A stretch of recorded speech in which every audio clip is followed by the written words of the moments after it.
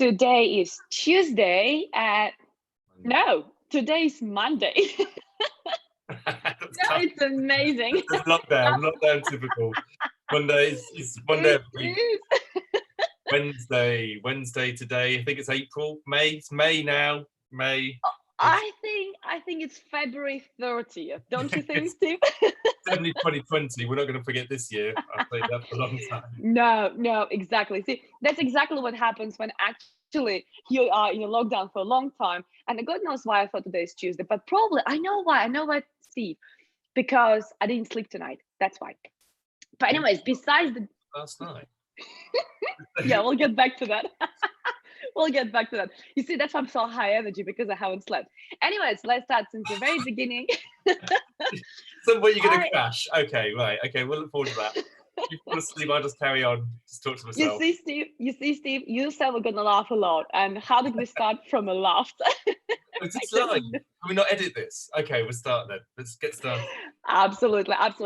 Well, let me just start once more. Today is Monday, and today I have this amazing show where actually I bring amazing authors, people who are life changers, who are really inspirational, who have some cool things like books. So today I have a really awesome author with me, Steve Judge. Look at him. He has the same book.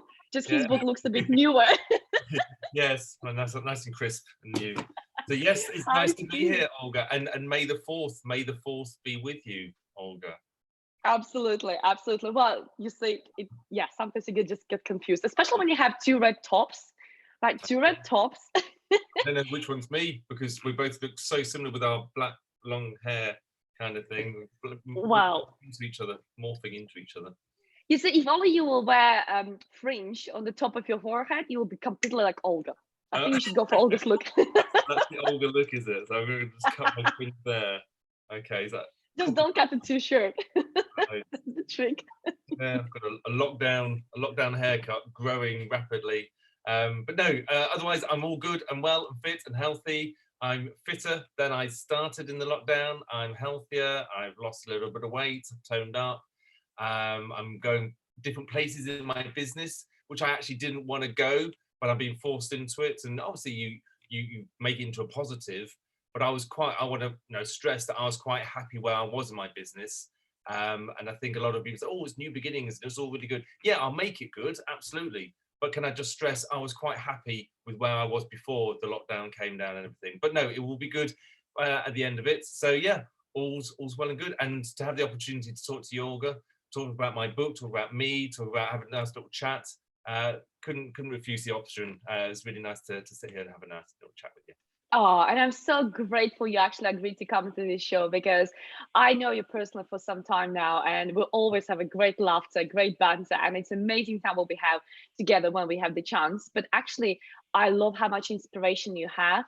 And just like now, we had this a quick live stream on the Facebook. It was quite powerful how you just jumped in with lots of value, like instantly. I was blown away. I'm like, Steve, just hold on, because we're gonna need these tips.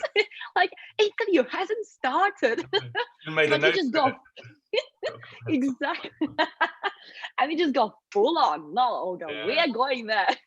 Done now. I've given out all my information. I've got nothing else to say. This is it. Exactly. Well, you know what I love about you, that you actually are full of wisdom, and as a result, what a surprise, do you have such a big book, and look at the state of it. I know it looks quite ridiculous, but you know what, this book was with me everywhere, because last year I traveled all the way across the world. Doesn't matter, but it was with me everywhere, and I remember taking pictures with me, reading the book, and it was quite inspirational, really inspirational. But a question for you about the book, if you don't mind me sharing. Anything. Yeah. My question is, so when you started writing your book, because I know all people, especially in the lockdown, they're like, oh, I'm gonna write a book. This is the perfect timing. So when you started writing a book, right, and you put some information in and you typed it in, because I'm in the same boat, right? And then you hit this like, what's next? Yeah. How do you deal with that? What do you do about that? Okay, so I'm just trying to think when I started writing the book. I think as I started speaking as a speaker, A lot of people said, wow, it's an amazing story, Steve. I'm really inspired by you being on the stage and sharing and everything. Have you got a book? And I was like, no, I haven't got a book. And I've never been in this environment. You know, I've worked down coal pits, I've worked in laboratories, I've worked in construction. Nobody there has ever had a book. Nobody's written a book. I've never met so many people that have got books. And in this world now that we work in as speakers, professional speakers, everybody seems to have a book.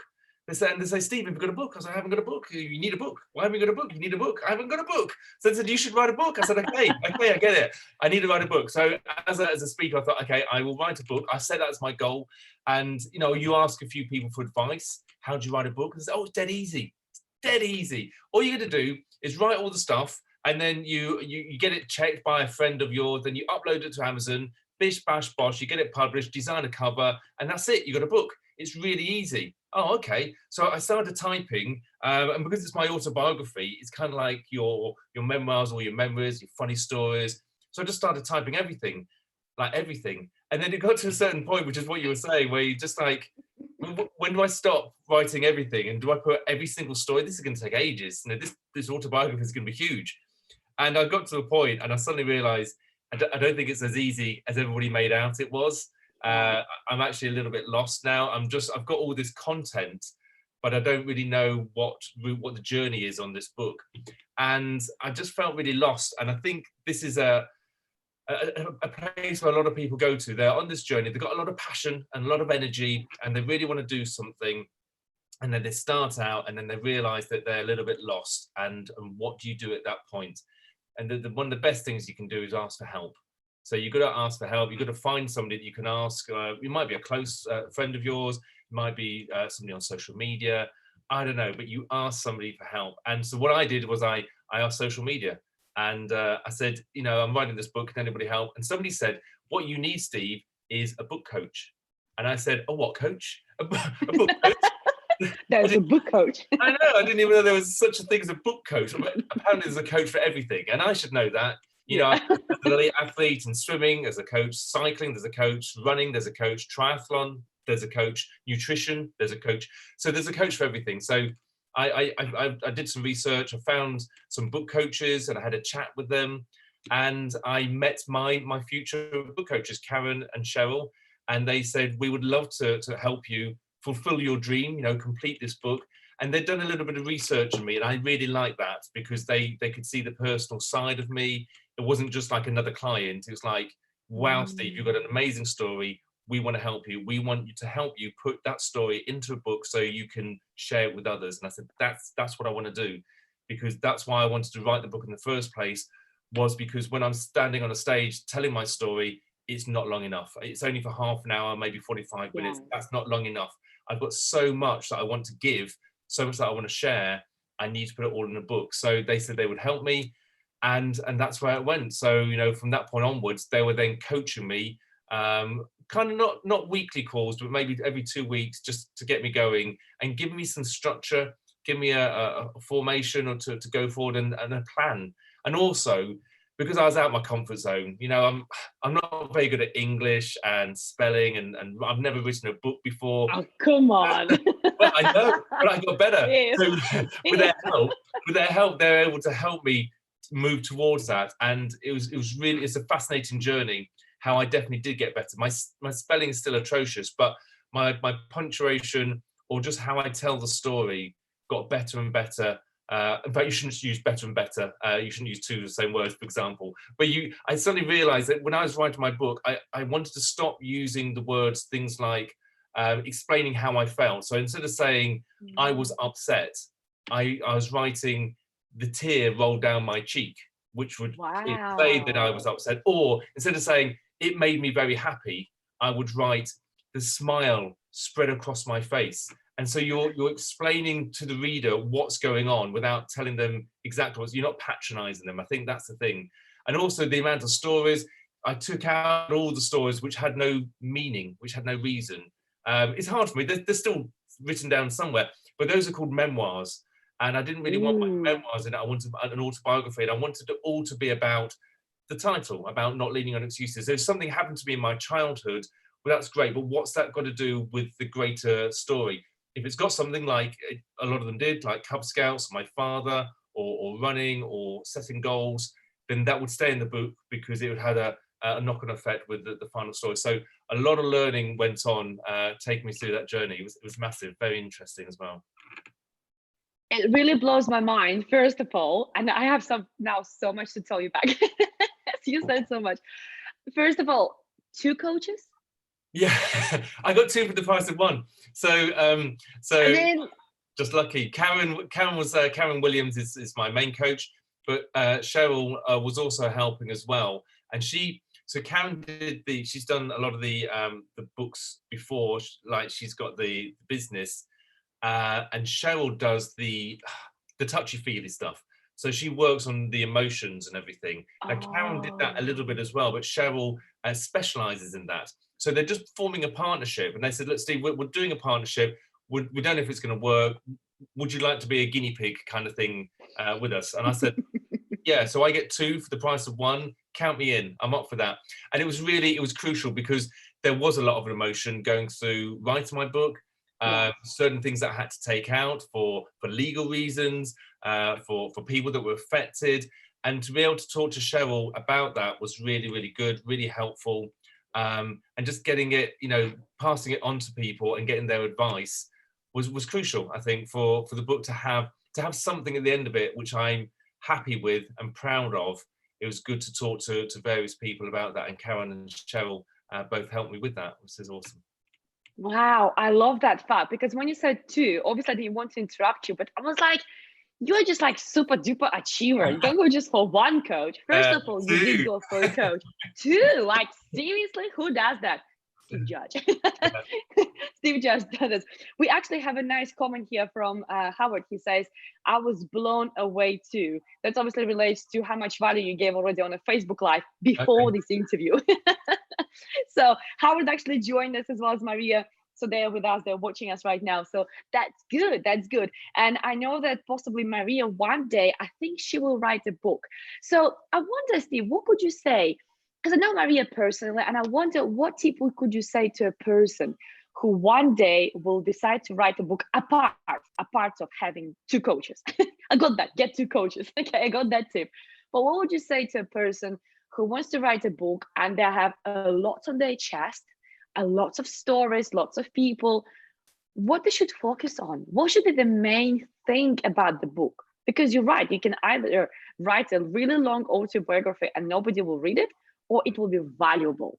So how do you go between these 2? Get a coach, because they'll tell you. So obviously they advise me a lot on what should go in or what shouldn't go in, or they constantly ask me, why do you need that in? And once I explained why, they said, okay, that makes sense. So what I'd initially start off with is just writing everything down, or just making a list of the stories that you want to put in. That's sometimes enough time. It's like anything. You start a journal. If you want to be a comedian, you start writing down all the jokes, all the things that are funny. If you want to write a book, you start writing down all the ideas. You want to write an autobiography, you start writing down all the stories that you've got in your life. Anyone that you can think of, because once you start that process, once you start clicking your brain into remembering stuff, your brain will get better at that. I won't get into the technical side of it, but you'll start making links again within your brain. You'll remember either more stories or more about that story. And that's what and then you'll dig down into your emotions and your feelings, which is extremely important, because people don't want to, if it's an autobiography, they want to know more about just the story. They want to know why on earth it's in the book. Why have you put it in? What's the feeling behind it? Now, the dangerous part of this, and you didn't think there was a dangerous part of writing a book, or when you go, I know it's like, hang on there, part 2 coming soon. The dangerous I part. love it. That's the reality behind the scenes. Absolutely. If you're writing an autobiography or something where you have to take yourself back into past memories, you might often have to take yourself into dark places. And this is what I had to do, because I was obviously taking myself back into rehabilitation. I had to take myself back into when my father passed away, tough times as an elite athlete. And to do it properly, you do a little bit of research. You look at photos, you look at some poetry that I wrote, or some things that I did, and you piece it all together, and you take yourself back to that place. And that was hard for me. There were times when I was in tears, thinking about why my father passed away, or how he passed away, or when he did, and how that made me feel. Tough times when I was training as an elite athlete, and the people that were not helping me, and how that made me feel. Tough times as a, going through my rehabilitation, when I was in so much pain, twisting bolts on my leg to grow my leg back, and the pain that I put myself in, the physio. A lot of this I had locked out, and I did a lot of blogging when I was doing my book. But it's like you've got a little treasure chest, or a chest that's called, it's not a treasure chest, a chest. And you put these negative ideas or thoughts into this chest, and you close it, and you bury that deep, because you don't want to take yourself through it all the time, over and over again. You remember there was a bit of pain in my rehabilitation, but I can't remember it much. There was a bit of anguish when my father passed away, but I don't really talk about it much. What you're doing when you're writing a book or doing your memoirs or autobiography is you are digging down, you're finding that chest, and you're literally opening that box, releasing all those emotions, those memories, and that is hard. And so that's why there were times when I was in tears, reliving it.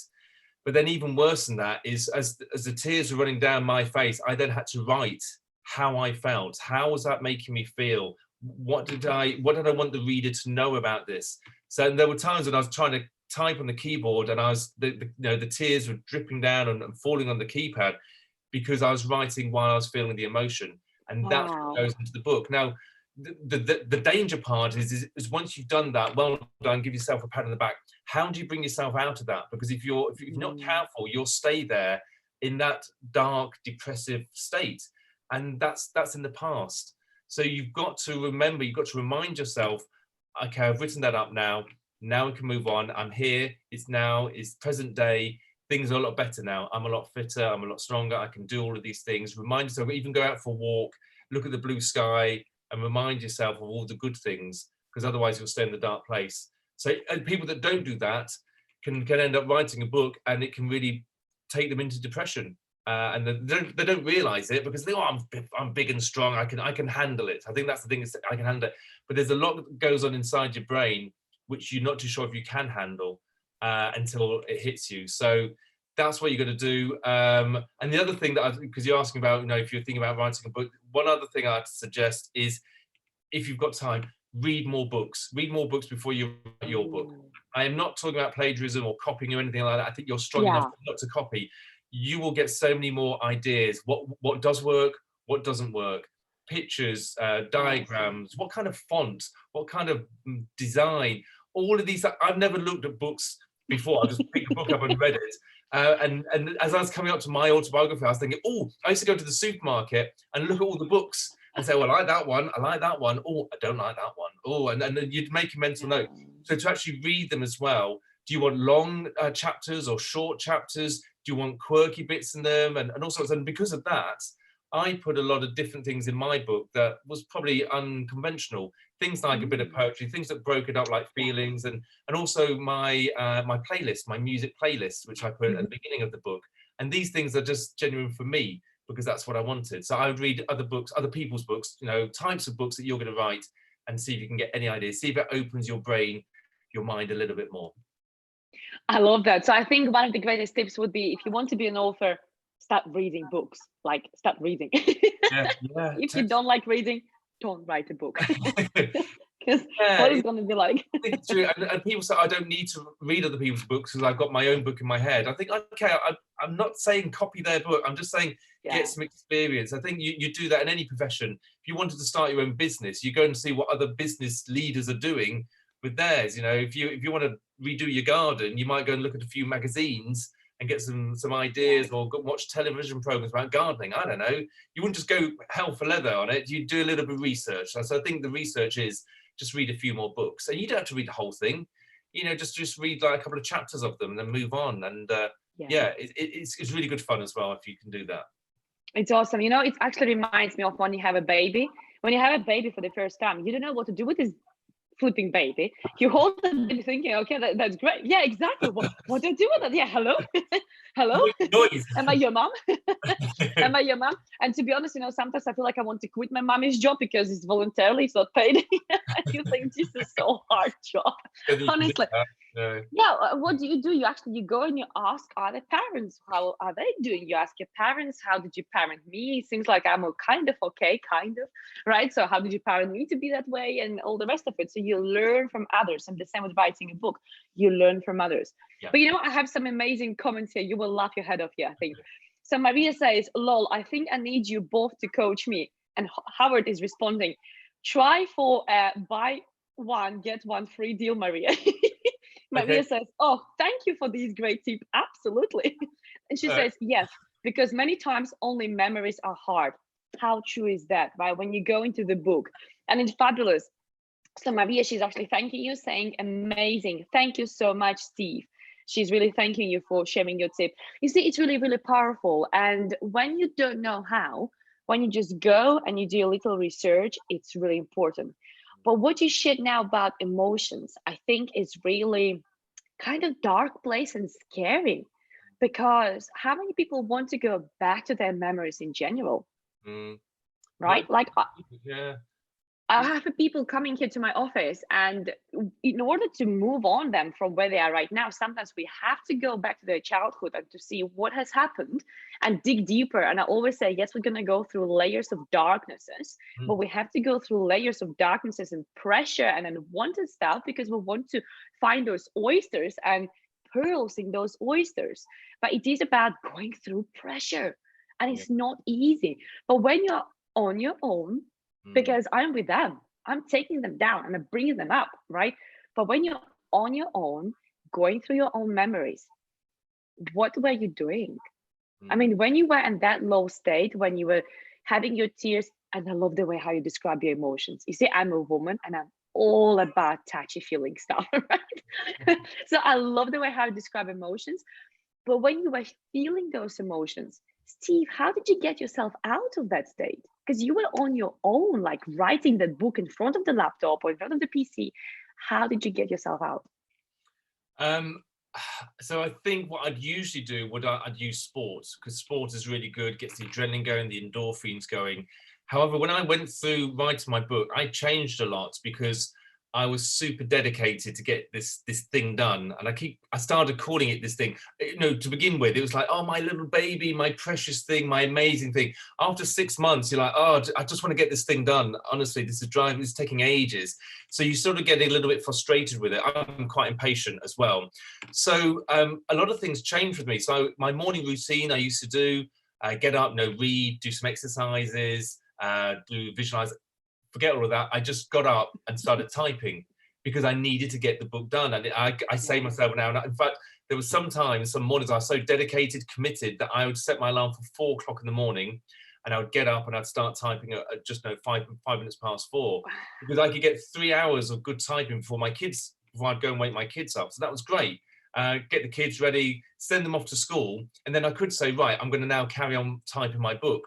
Nah, it doesn't happen. Once the day starts and you got emails Yes. and you got phone calls and things like that, it's very difficult to get in the zone. And sometimes I work on this computer, and I've got another old computer over there, which is rubbish. The internet's terrible on it.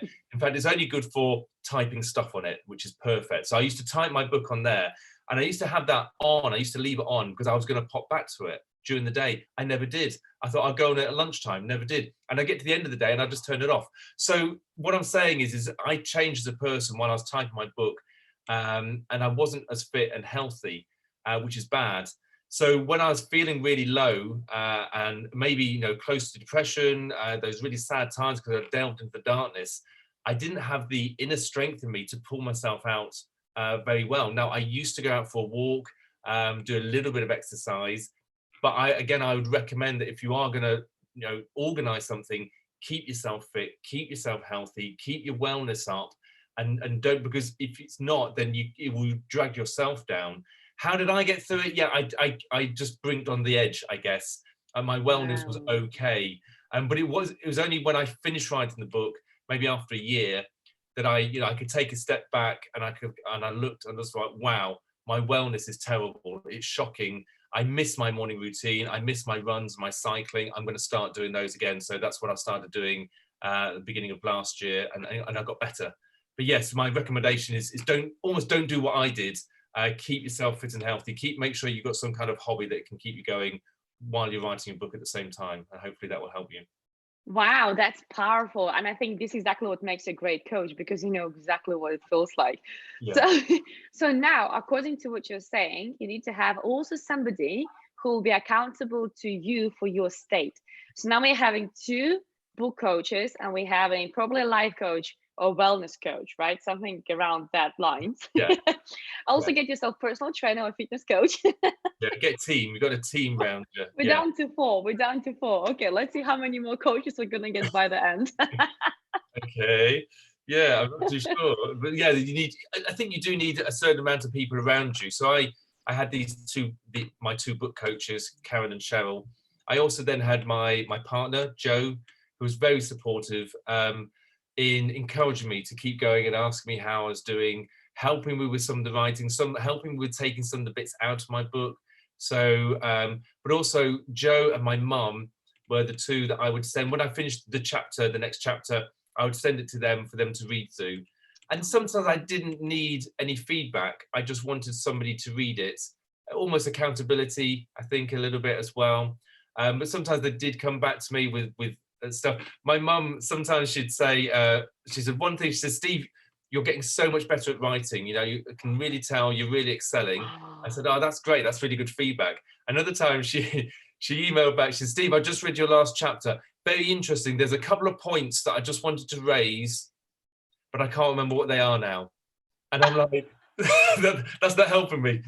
That's like, it's like dangling a carrot. So that kind of makes, but Joe was really good. So having that support is great. And then obviously you get to the end of your book when you've got your first draft, which is like really thick. Who are you going to get to read that? Because you don't really need to spend money on proofreaders or editors. You're talking about first draft. You need some friends, a tribe, cheerleaders, sometimes they're called.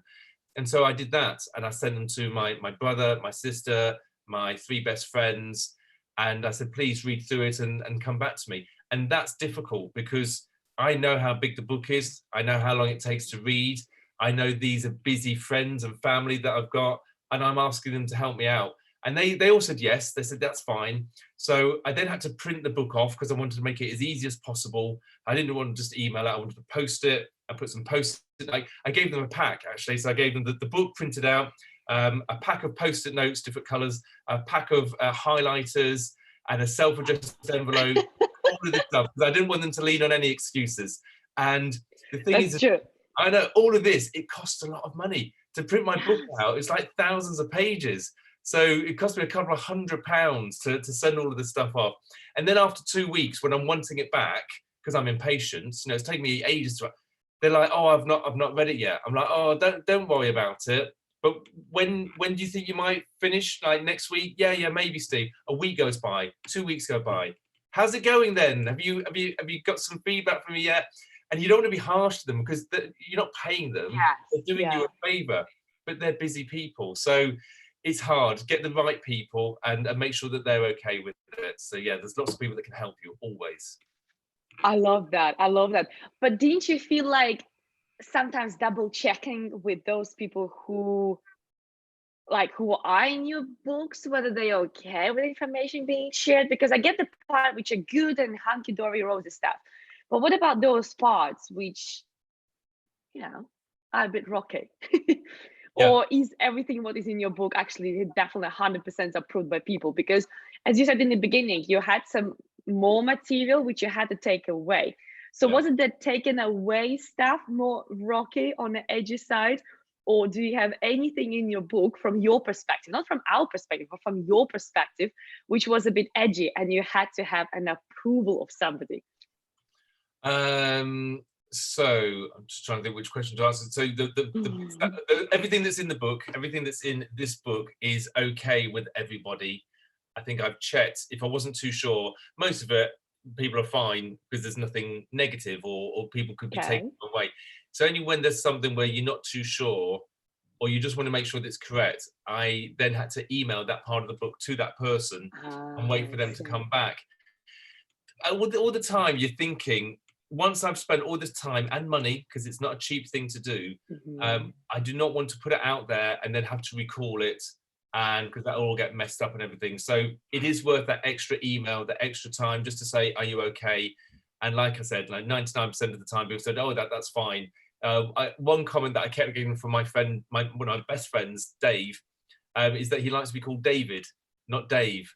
And I'm like, okay, I don't, and I've known him all my life, and I've always called him Dave, but he likes being called David. So in the book, I put Dave. He says, can you change it to David? I'm like, yeah, of course I can. I'm so sorry. But it's little things like that you want to make sure. So I did that. And then the bits that weren't in the book, yeah. So there's some draft one. It's very good and very juicy. It's got some classics there, but they're not in the final draft because some of them to do with my ex-wife and some of them to do with where I used to work. And can't say much more than that because for legal reasons, I'm not allowed to put it in the book. I had to contact a solicitor and ask her advice, and that cost me money and time. Wow. And she said, right, I've read it, and my advice to you as your solicitor is to take these bits out. And I'm like, oh, seriously? I said, but I really need that bit because that it shows how much I was going through, what I was putting up with.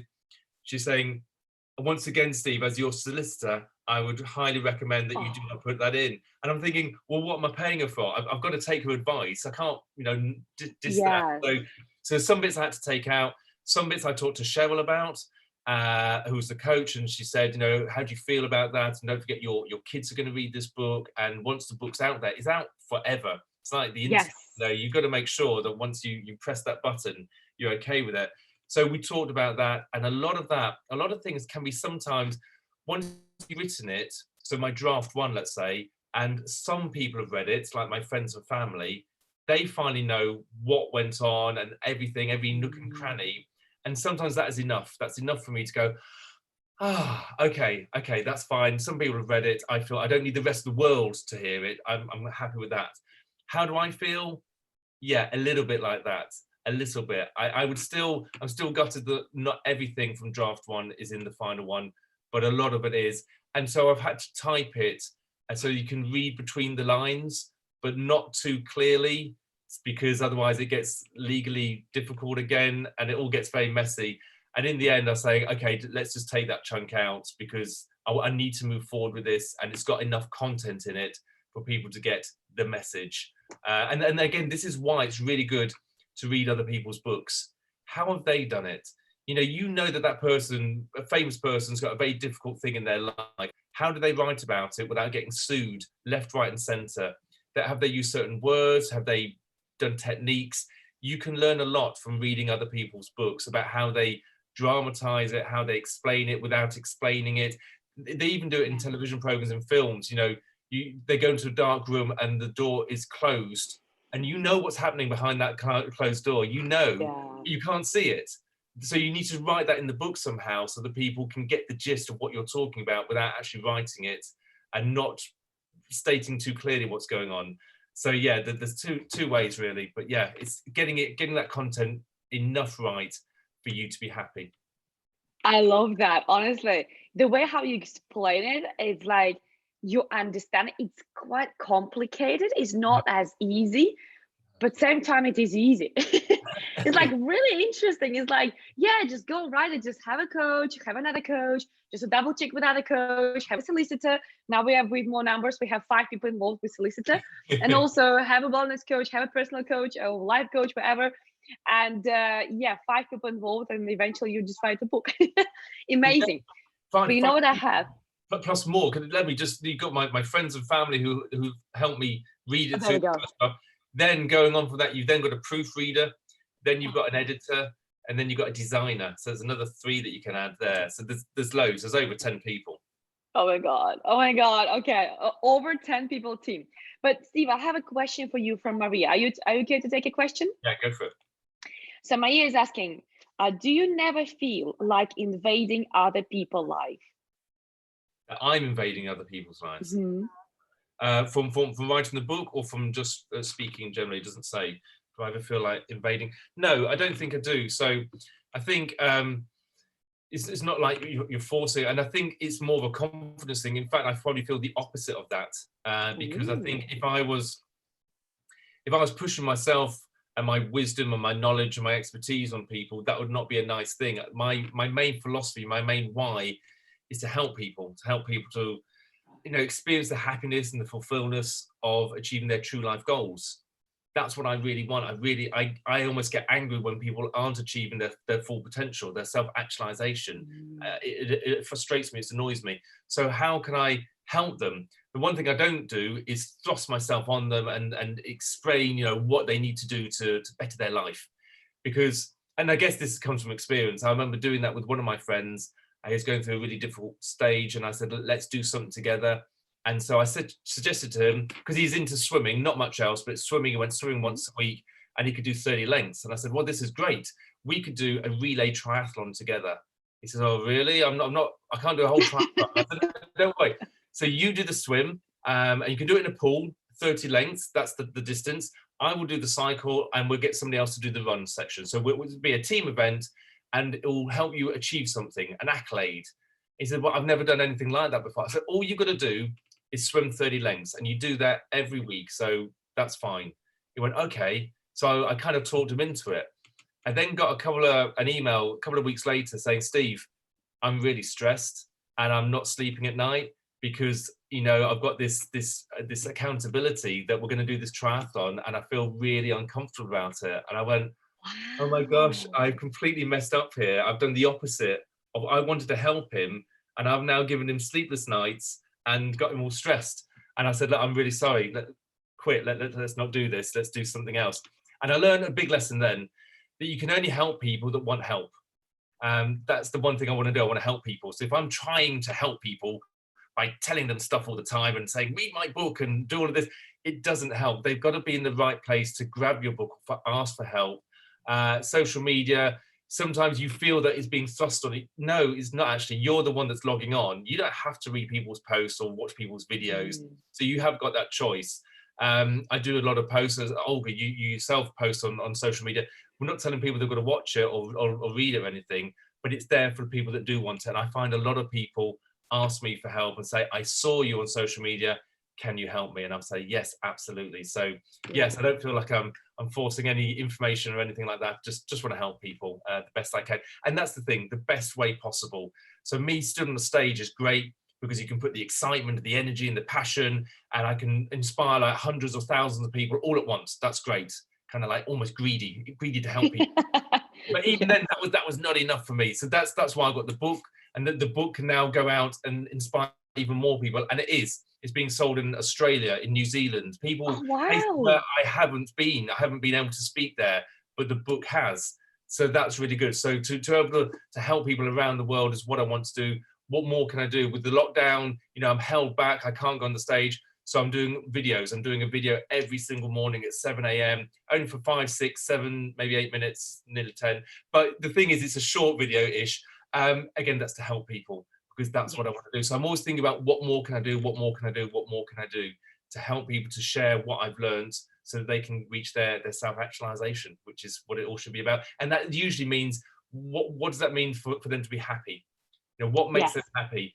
Because after all, that's surely what life is all about, is about being happy. So what makes you happy, and can I help you in that journey at all? I still agree with you what you said about helping people. Just going about what you just literally said earlier. And Maria, actually, she confirmed it's on the book, as you talk of experiences you had. And as you explained, you do want to help, but now you learn not to push your help, because actually what you're doing in that case, you make it worse. Yeah. And we definitely, it doesn't matter, coaches or just friends, we need to always make sure that people want to be helped. Yeah. Otherwise, what we do, we just damage them, and we damage the friendship, we damage the relationships, but we're not helping them because they're not willing to be helped. And as a result, they're not coachable. And that's why very often people ask me, like, Olga, what is your success rate with your clients? And I said, with those who are coachable, great. Those who are not coachable, I say goodbye to them, because what's the point? It's a waste of time. I still can earn money, but it's a waste of time. And I'm not into that. I'm into results. So I completely get you, but being the person you are, and you are a very selfless person, you are very altruistic and you like to help, I do get the point. You just full on, like absolutely full on jumping, let me help.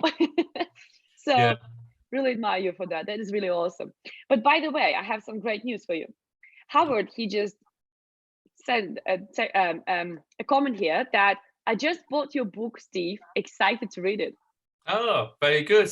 How cool is that? That's really good. I'm glad you got it. And once you finish reading it, hopefully we can meet up sometime, Howard, and I will sign it for you and put a nice little message in the front. But I don't even know where you're based. But yeah, so I'm sure we'll meet up at some point where we'll get together when this lockdown thing is finished. We've moved on. Maybe it might even be next year. Who knows? But yes, you'll enjoy the book. It really is. It's life changing. It really is. That is wonderful. Well, thank you so much for offering this to actually meet with him and also sign the book. I think it will mean definitely a lot to Howard. Howard, do you mind just to send us a quick message where exactly you're based right now, so Steve knows where to fly or where to take a train or where to drive? Yeah, absolutely. Just wondering if you're placed in the same country, because who knows, maybe you will have to go to Australia right now. Because I know Howard, he was actually Howard saying, sounds good, Steve, looking forward to it. That's good. That's it. We just don't know Howard where you're based right now, because you're back in Leeds. Because I think Howard before was in Poland, but now he's back in Leeds. That's good. So Okay. you don't have to drive that far. Okay, no, that's very good. And it's funny what you're saying about coaching and giving advice, because it's not always coaching. Sometimes it's to friends and family, Yes. and sometimes you have to be careful. Because I remember going down the pub, and I meet my friends, and they say, "You all right, Steve?" And we have a little chit chat, and I say, "So how are you? Have you got any plans this year? What are you up to?" And they say, "Are you asking me what my goals are?" And I'm like, no, I wasn't asking you what your goals are. I was just asking you, what are you doing this year? It's very simple, the goals. And they're saying, "Oh, I'm going to do this." And I go, "Oh, really? How are you going to do that then?" And they go, "Are you trying to help me, Steve?" I say, "I'm not. I'm just having a chat." But people always think that you're trying to help them sometimes. And I think sometimes it's the way you come across. But you can also get that with my kids. And it's very, parenting, coaching, mentoring, they're all very similar. And sometimes they're not in the right place. They don't want the advice or anything. So it is literally a case of just planting seeds all the time and let them decide whether they do anything with that advice or that experience or anything like that.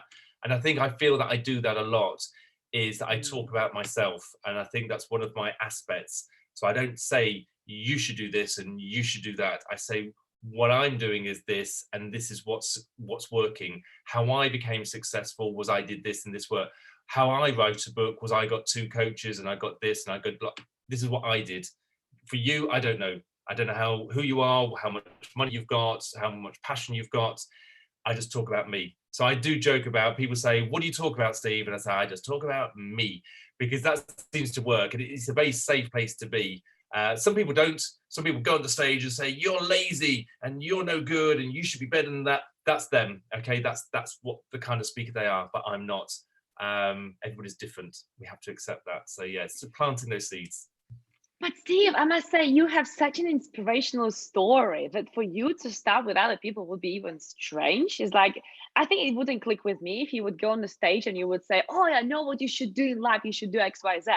Because you have really powerful way how you tell your story. You run around the stage, you swim around the stage, you break your bones around the stage. I mean, you do everything on the stage. So, when you are such an amazing, expressive, and such articulate speaker, I think it's a crime. It's really a crime to be different, because you have a special and unique way of how you express yourself as a speaker. And I must say that you really copy pasted that in your book as well, because what you have there is exactly the same strategies. You express your emotions in a beautiful way, and you are so descriptive that sometimes it feels like I'm there.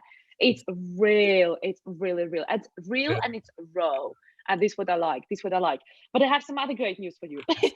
You see, I'm actually great news today. I know, this is great. Keep it coming. That's right. Exactly. So Maria says, "I'm buying it now." And they did have a little conversation. Like, we have an interview here with you. Maria and Howard, they actually have a conversation there between themselves. So Howard says, "Wow, well done, Maria. Steve's climbing the New York Times bestseller list as we speak."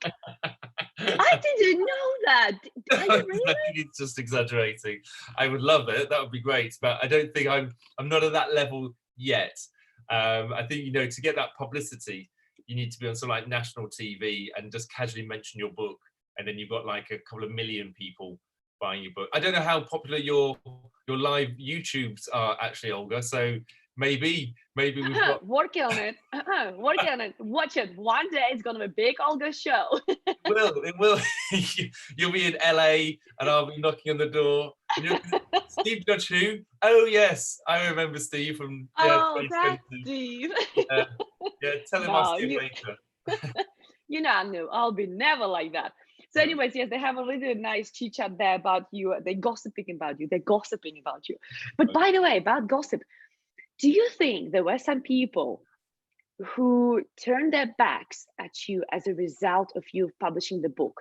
Maybe, I know, family members or friends or some fellow colleagues who you felt like, you don't have to mention names. It's okay, for God's sake, don't mention names. But was there anybody who actually just completely became very snobby, turned his or her back at you, and just were like, don't want to know you anymore because now you're an author? Is there any downsides of becoming an author? No. I don't think after all of that, I don't think there's anybody that's been like blanked me or anything like that. I think if anything, it's been the opposite. I think some people have gone, wow, I've just seen that you've written your autobiography. Am I in it? This is amazing. I can't wait to buy it. This is fascinating. So I've got a lot of positivity. I haven't got any, I guess, people that shut me out of their lives I wouldn't know about, because that's the whole point. They've just left me. But I don't see anybody. I think all I've got is positivity. And I think it's partly because of the story itself, and I've made sure I've not tried to ruffle feathers. I've tried to tell the story the best way possible. It's a very uplifting story, and it resembles who I am as well. So I think people, they see me, they like me. Now I've got an autobiography, and they're going to go, well, I've seen you on stage, so I'm guessing your book is just as good as that. If you're on stage and you are one of those people that shouts at people and tells people what to do, then maybe the book is going to be something similar, and people might not like that. I've read some books, and in the first couple of pages, I'm like, oh, I don't like this. I don't like the author. This is like, hurts me a little bit, and I've put it down. So I wouldn't want to go and see them on a stage speaking. So it might be the other way around. And I've got a lot of accolades from being on the stage, from Yorkshire Speaker of the Year for PSA 2 years running, now president. So I'm obviously doing something like there. I get into the final speaker factor, all of these accolades. So my speaking is going really well, and I think the book resembles that. And just going on the speaking, because you mentioned about how flamboyant I am and running around the stage. You are. I love that, and it's really cool. So what I hate at the moment is being confined to this space here, just with a screen. And I'm like, so how am I supposed to be flamboyant and passionate? How do you swing? Yeah, so I stand up when I do my keynote now. So I can, but my stage is like 1.5 meters long, that's all. But I do the running, and I do the swimming, and I do the shouting and everything. There's lots of things that I haven't got. So I haven't got audience participation now, because everybody's on mute. You haven't got, as a speaker, you haven't got the feedback of laughter because they're on mute. You haven't got the feedback of gasps or clapping or anything like that. It's completely gone. It's like you're just speaking to a little camera, and that's all you've got. But I'm doing a talk on Wednesday to PSA East Midlands. I think I've seen your name on the list, Olga. So yes, I am coming. Yeah. So I'm going to do something different there, and I'll share it now. I wasn't going to share, because if I share it, I've got to do it. So as Howard would get, we're not going to say to anybody. Okay, just between me and you, Olga. Between you and me. So I'm in the process of putting in sound effects. So it's going to be amazing. So I was working on it yesterday.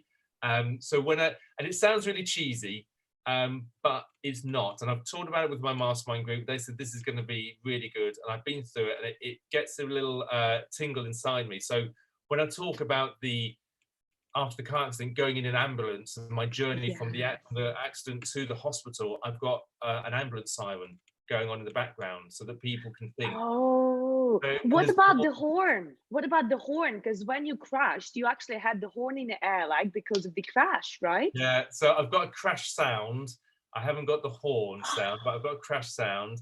I've even got, so there's a bit, I don't want to give too much away. I'm kind of putting pressure on myself. But that's between you and me. That's between you and me. There's a really nice bit when I talk about getting the gold medal and standing on the podium. And when you're stood there, And I'm now champion of the world, and all the things that I've been through my rehabilitation, through my training, through pushing myself physically and mentally to be standing on that stage, that podium, seeing my country's flag being hoisted to the national anthem, and with the national anthem playing in the background, which is what I'll have, just talking about that and how I feel, the accolade, the emotion that I feel of hearing my national anthem playing for me and my country. It's really special.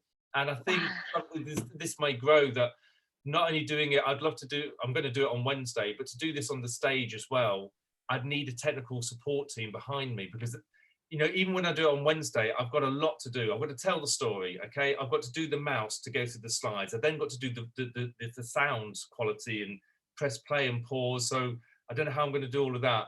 So today and tomorrow, I've got to rehearse my arse off to make sure that it's smooth and slick and it's no problem at all. Whereas inside my head, I'm going to be going, right, I'm going to tell the story. So the next bit is the ambulance. Oh my gosh, ambulance noise, ambulance. Where's the ambulance noise? Oh, slides, click the slides, and be smooth and everything's fine. So yes, so it was all about making the most out of things. I'm confined to this space here. What can I do with it? I can't run around the stage, but I can stand up. I can't show amazing slides or anything, not slickly, but I can put noise behind it. So it's going to be exciting, and I'm really pushing myself out of my comfort zone, because the thing is, I don't need to do this. My keynote is fine as it is on Wednesday, half an hour. Why am I making it difficult? And I'll tell you why. It's because this is the position that we've been put ourselves in. As a keynote speaker, a lot of the conferences have been cancelled. I want to stand out from the crowd. What makes me stand up from the crowd? And it's so hard to do this confined area on Zoom. So sound effects that will make me stand out, especially if they go wrong. But they will not go wrong. They will go right, and people will go, wow, guess what Steve Judge did on Wednesday night? It was awesome, and word will spread. So there you go. I love that. I honestly love it. And I think you will be, because I haven't heard of that yet. So I think you'll be the one speaker who will do the pioneer, and I'm really looking forward to it. Do you think we should actually share the link to actually people who would like to join this? Yeah, please do. And watch. Yeah, what I'll do. Yeah, they've got 20 people at the moment, and they accommodate many, many more. So if you want to hear me share my keynotes, my half-hour keynote, it's on Wednesday night, 6 o'clock, PSA East Midlands. Olga will share the link so you can log on to that. You do not have to be a PSA member. PSA is Professional Speaking Association. You do not have to be a member. You can you pay your money, you log on. And it's just not me just speaking. There's a few other speakers there as well. And there's loads of networking and opportunities. So it will be a really good evening, all of it included. Yep. And I must say, it's really inspirational. And also the fact people right now can meet people around the world, just internationally, in different locations from the comfort of their living room. It's perfect. It's absolutely perfect. But Steve, I'm wondering, because first of all, we're not only constrained to the width of our screens, we're also constrained to the time we have. And you will not believe it, we are here for almost an hour. Steve, I don't know. I don't know what you do to the time, but every time we're speaking, I think it's your fault. I think it's your fault, because every time we have a conversation, time always flies just like that. And I have no clue where it goes. But I really enjoyed it. So thank you so much. Really grateful to you. But I wonder, what tip would you give to people who actually right now are still in this lockdown? Because clearly you are super motivated. I mean, you run every day at 7 a.m. even on weekends. I'm like opening my eyes on weekends. Steve is running. And not like you're running at 7. No, you run before 7, because you're on live at 7. And I'm like, this is crazy, man. I thought I'm insane. No, you are the next level. So what tip would you give to people who don't feel like you, super achievers, super energized, super great when they wake up in the morning, get out of the bed and say, I'm a Superman, super Steve? What would you say to those who feel a bit, nah, I'll do it tomorrow, I can't be asked, all of that? What would you tell them? Just think about what you want to be. Who do you want to be? What's this avatar? If you could be the perfect you, maybe you are perfect already, but if you could be that person that does jump out of bed, does some yoga, has a smoothie, looks fantastic, and then reads a book, does some philosophy, inspire. I don't know, whatever it is for you. Everybody's different. So what is that person? Have a think about that and think about it more and more and more, and get that visualization in. When we started the lockdown, I visualized myself at the end of the lockdown. I thought, what do I want to look like in 3 weeks' time, maybe 6 weeks' time? Who knows how long it's going for? 9. Yeah, 9 weeks. And I visualized me looking pretty damn good, pretty fit, healthy, organized, business going well. And I thought, wow, that looks awesome. I want to be that person. I want to be that person at the end of the lockdown. And then the hard bit comes, what do I need to do to get to that position? And it's hard, and it is hard. I have here my clipboard, which I have, this is my everyday, I have this clipboard, and these are the quotes of the day, Yeah. the ticks that I do, and I've got all the ticks on that sheet. So these are the Wow. things I do every single morning, and that's accountability to myself. The fact that I do a live video is great, and people go on, so that's accountability as well. So think about who you want to become and what you need to put in place to make that happen. And you know, like I said to Howard, you know, when I was training as a cyclist, sometimes I would dress in my cycling lycra gear to go to sleep, so that when I woke up, it was there, it was on. I love that. It was more effort for me to take my lycra off than to just get on the bike and go cycling. Obviously, I'm not saying you're going to go cycling, but if you want to do some work, get your work set out the night before. If you want to read a book, put the book next to your bed. If you want to do anything, get it ready the night before, because then it's going to be harder not to do it than to do it. It's all about setting up habits and accountability. So that's what you need to do. But first of all, get that visualization. So think about who you want to become, and then start working towards that. I love that. So basically, if you want to be a supermodel, what you have to do is just to go to sleep on your high heels, you say. Yeah, maybe. I'm not too sure on the modeling industry, if that's what you do. Yes. Just wondering. Just wondering. I'm messing. No, Steve, I'm really grateful, because what you said there is really, really powerful. It is about having that end vision. Who do you think you will be at the end? Looking at your habits right now, and you think with your habits, you're not going to end up there. Do something about that. Just literally do something about that. Because it's not about doing it perfect. It's not about doing it, you know, like a master, but it's about mastering that through regular activity. Even if it is just one activity a day, that's all. Yep. Really powerful. Steve, you know what? I could talk to you for days, as we always do. But I guess let's not tire our audience. Let's make sure people can go back to their routine, because obviously, you know, an hour is around about the lunchtime. People have the lunch and they spend time with us, and this is good. And I'm really, really grateful for everybody who actually participated, who was watching us all this time. Thank you so much, Howard and Maria, for your comments. It was great to have you. I will definitely comment below the link, and they both already said thank you. So hopefully they will be there on Wednesday with us. That's amazing. You will hear Steve speaking live from your sofa in your living room, which is amazing. And Steve, can I just thank you for coming to this show, because you were absolutely amazing. I'll be honest, I didn't expect anything less from you that you delivered today. You were, as always, on the top of the top. It's here, on the top of the top. Yes, I have to make sure where it is. Can you put your hand there? Can you put your hands together? Do a high five? Which Oh, side? yes, I love that. Yay! That's really cool. That's really cool. I actually heard about these two kissing each other. Yeah, I've heard that as well. Nice to meet you, Steve. That was good to meet you. Yeah. Oh, sorry about that. I left the lipstick there. But it was great having you here. Oh, I hope Joe will be not jealous. Joe, it was a friendly kiss. It was just a friendly kiss. Well, I know Joe. She's amazing, actually. You know what? I'm really happy that you have Joe, who is there a true rock for you. Yeah. And she really is. Because when I met her at your book signing event, I was blown away by how humble, how beautiful, how amazing soul she is. And I remember she said to me, you know, when I met Steve, and then he told me he's a speaker, and he's that, and he's this, I thought to myself, oh, wow, what a man. And I thought, wow, so humble. Really humble girl. I love her to bits. I absolutely love her to bits. I think she's an amazing girl. And I think you two, you almost like, that perfect glued couple together. I can never separate you two from each other. You just like, that's it, together. No, we help each other out, which is good. Support, good. Accountability, and just, being a rock. I think you need that sometimes. Just when you say I'm having a rubbish day, you just need someone to say, yeah, it can be really rubbish, can't it? Just to agree with you, not try and make you better until you're ready and say, oh, I want to get better now, and go, yes, let's do it together. It's about being there for them and just listening. So sometimes you just need a good old moan.